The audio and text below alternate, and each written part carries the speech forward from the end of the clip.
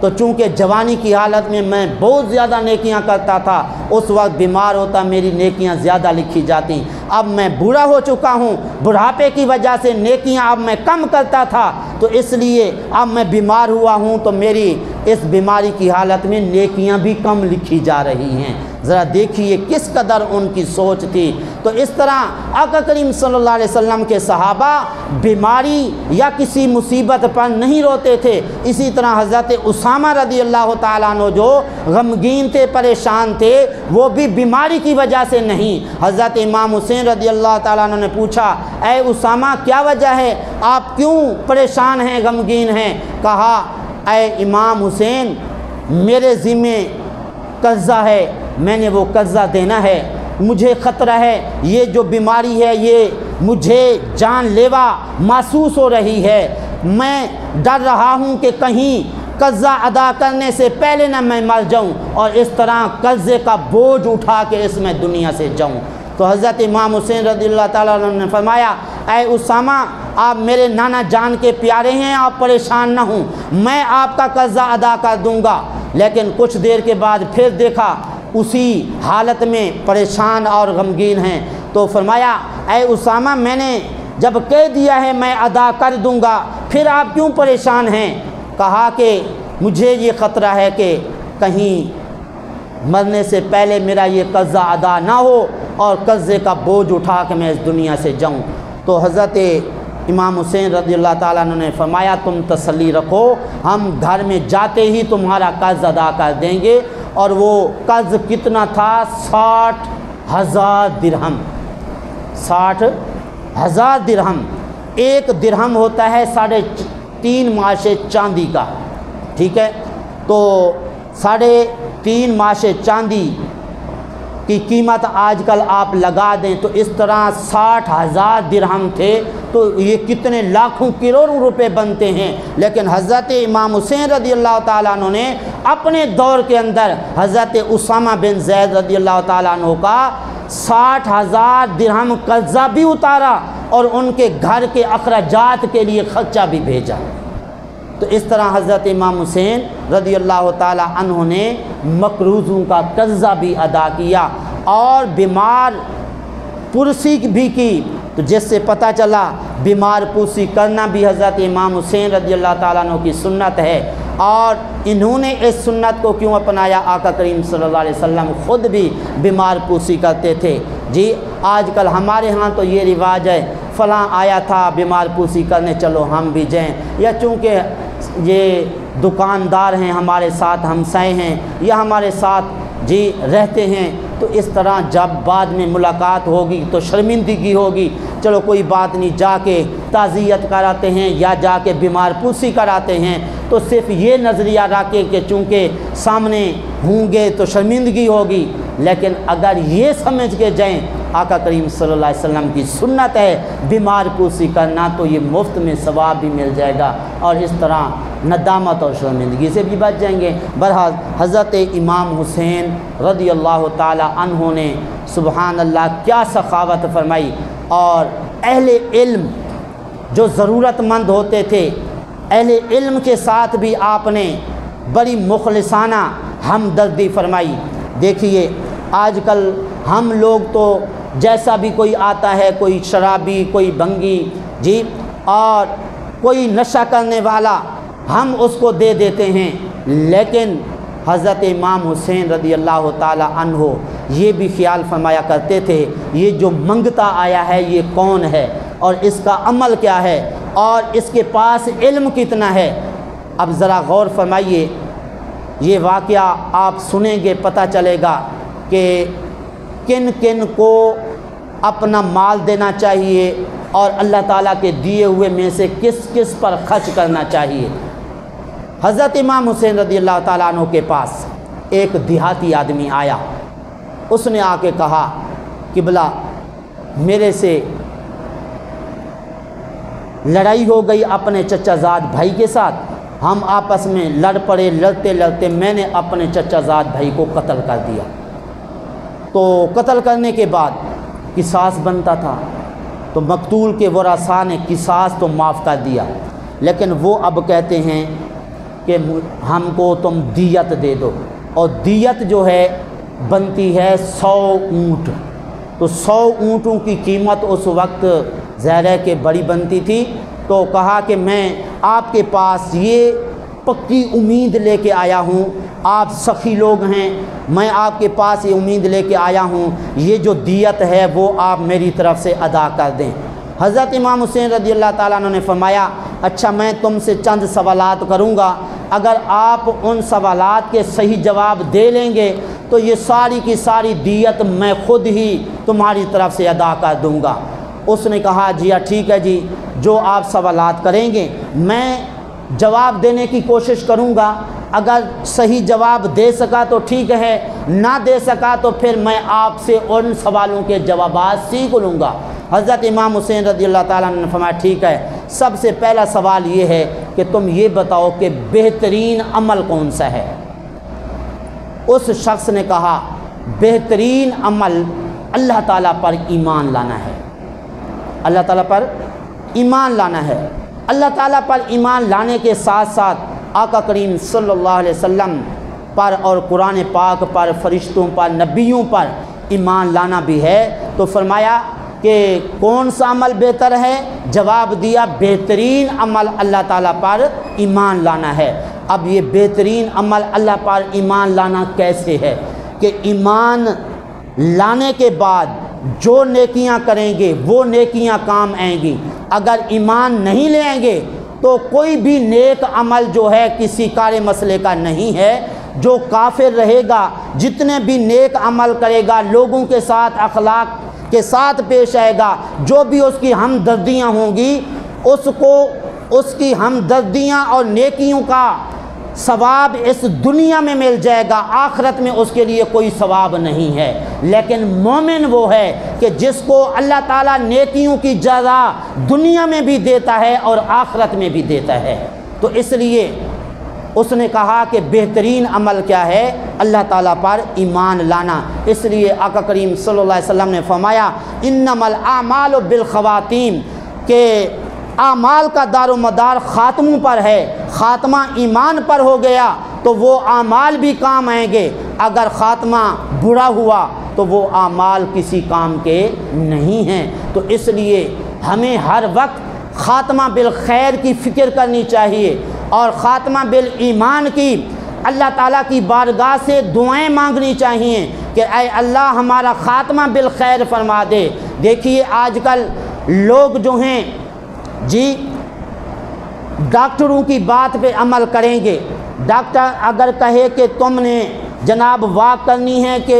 دل کے تم مریض ہو تو تمہارے لیے واک کرنا ضروری ہے، تو اس طرح اذان سے پہلے یا اذان کے بعد واک کرنے کے لیے لوگ پارک چلے جاتے ہیں، وہاں پہ الٹے سیدھے نہ جانے کے کیسے کیسے وہاں پہ واک کرتے ہیں، لیکن نماز کی طرف توجہ نہیں ہوتی۔ یہ تو بات جی یقین سے جو ہے وہ ذہن میں بیٹھ گئی ہے، ڈاکٹر نے جو کچھ کہہ دیا اس پہ عمل کریں گے تو بچ سکیں گے، اگر ڈاکٹر کی گزارش پر عمل نہیں کریں گے تو پھر ہمیں صحت نہیں مل سکتی۔ تو اس طرح ایک ڈاکٹر کی بات پہ اتنا یقین ہو جاتا ہے کہ وہ جناب آدھی رات کو بھی اٹھ کے واک کرتے ہیں، لیکن آقا کریم صلی اللہ علیہ وسلم نے کیا خوب تنبیہ فرمائی۔ حضرت امام حسین رضی اللہ تعالیٰ عنہ فرماتے ہیں، میرے والد گرامی حضرت علی رضی اللہ تعالیٰ عنہ فرماتے ہیں آقا کریم صلی اللہ علیہ وسلم نے فرمایا ڈاکٹر کی بات پہ تو لوگ یقین کر لیتے ہیں، اور اس طرح ڈاکٹر کہتا ہے تم نے یہ چیز نہیں کھانی تو وہ ان چیزوں سے پرہیز کرتا ہے تاکہ اس کی صحت جو ہے وہ برقرار رہے، کیا اس کو اس طرف توجہ نہیں ہوتی کہ اسے برائیوں سے بھی بچنا چاہیے، اللہ کو بھی راضی کرنا چاہیے کہ اس برائی کی وجہ سے بندہ بے روزگار ہو جاتا ہے اور دنیا کے اندر وہ بے عزت ہو جاتا ہے جب وہ برائیاں کرتا ہے۔ تو اس لیے آقا کریم صلی اللہ علیہ وسلم کے اس فرمان کو بھی ذہن نشین فرما لینا چاہیے کہ ڈاکٹر کی بات پہ ہم کتنی اہمیت سمجھتے ہیں، لیکن برائیوں سے بچتے ہوئے ہمارے ذہن میں کیا ہوتا ہے، آیا کیا ہم جی برائیوں سے بچتے ہیں اور جہنم کی آگ سے اپنے آپ کو بچانے کی کوشش کرتے ہیں؟ تو اگر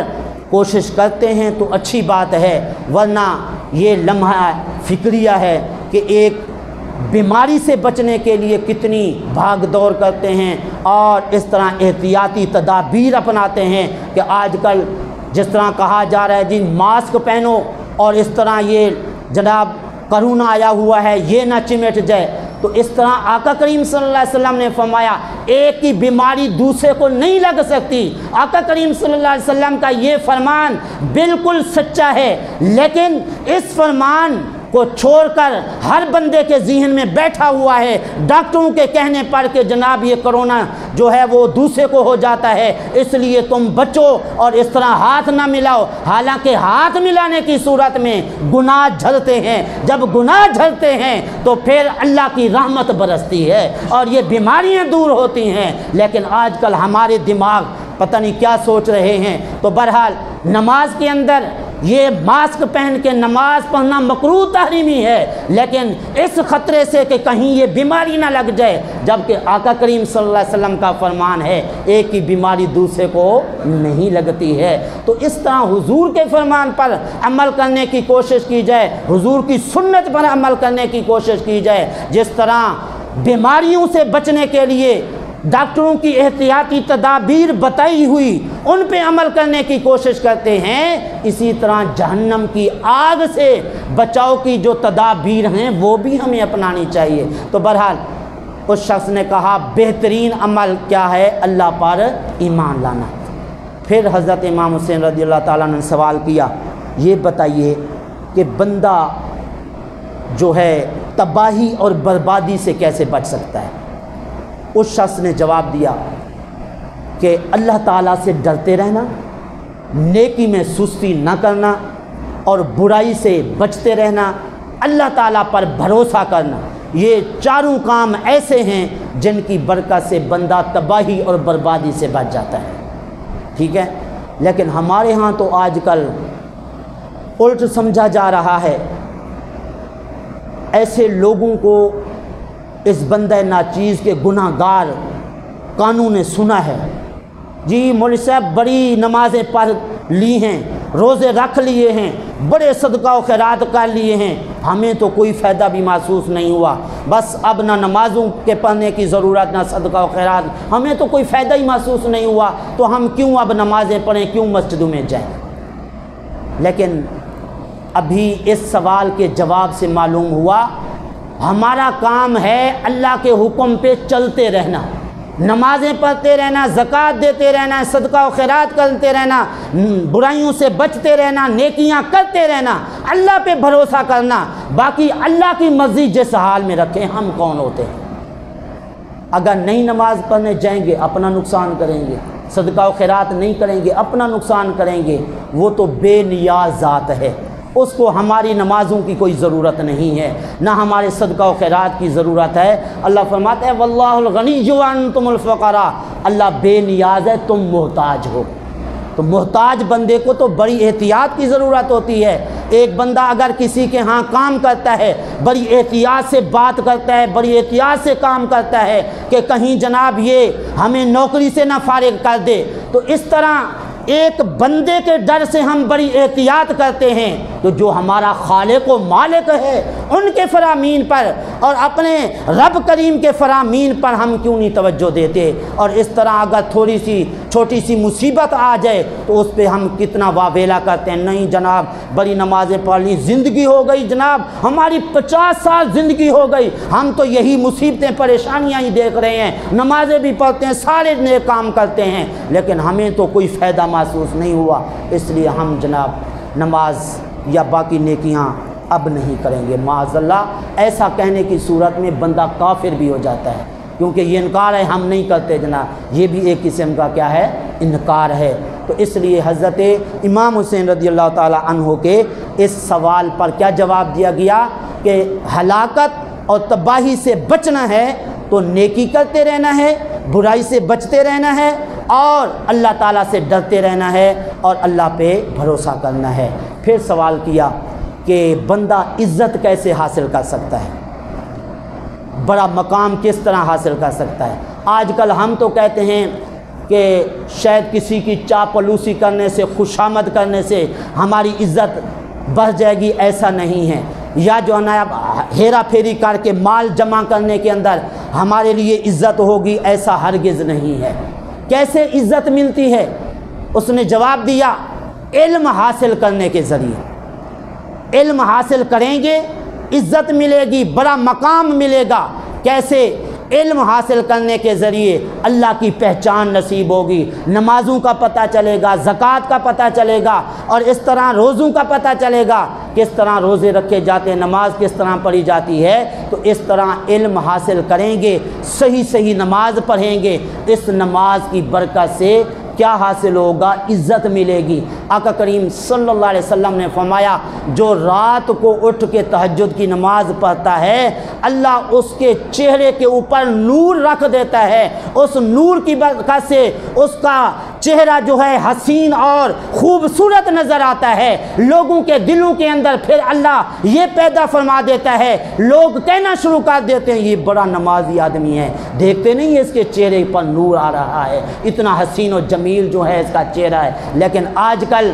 اپنے حسن و جمال کو بڑھانے کے لیے مہنگی سے مہنگی کریم لے کے لوگ جو استعمال کرتے ہیں ہمارا چہرہ روشن ہو جائے، لیکن وہ کریم ملنے کے بعد جب دھوپ میں بندہ جاتا ہے پہلے والا رنگ بھی اڑ جاتا ہے، آپ تجربہ کر کے دیکھیں۔ لیکن تہجد کی نماز جو بندہ پڑھتا ہے اس کے حسن کے اندر کوئی فرق نہیں آتا ہے، وہ چونکہ اصلی حسن ہے، اور اس طرح اس حسن کی وجہ سے چھوٹے بڑے سارے اس کی عزت کرتے ہیں، کیونکہ آقا کریم صلی اللہ علیہ وسلم نے فرمایا اللہ تعالیٰ اس کا حسن بڑھا دیتا ہے۔ بہرحال اس شخص نے جب یہ جواب دیا علم حاصل کرنے کے ذریعے عزت ملتی ہے، بڑا مرتبہ ملتا ہے، پھر فرمایا اگر اس کے پاس علم حاصل کرنے کی طاقت نہ ہو، ٹائم نہ ہو، پھر کیا کرے؟ فرمایا پھر جو اللہ نے اسے دولت دی ہے، مال دیا ہے، وہ اللہ کی راہ میں خرچ کرے تو اس کو عزت مل جائے گی۔ یہی وجہ ہے کہ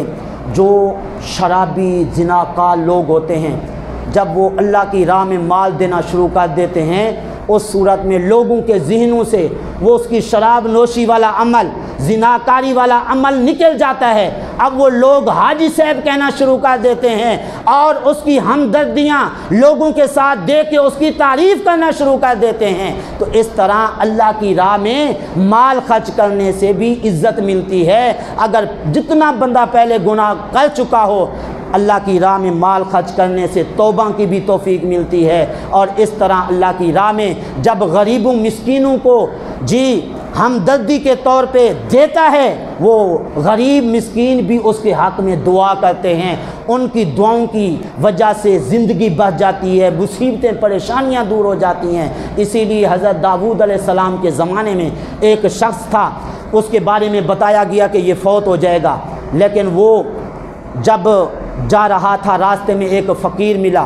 اس کو جناب 20 درہم جو ہے اس کے مانگنے پر دے دیے گئے۔ تو اس کے بعد جب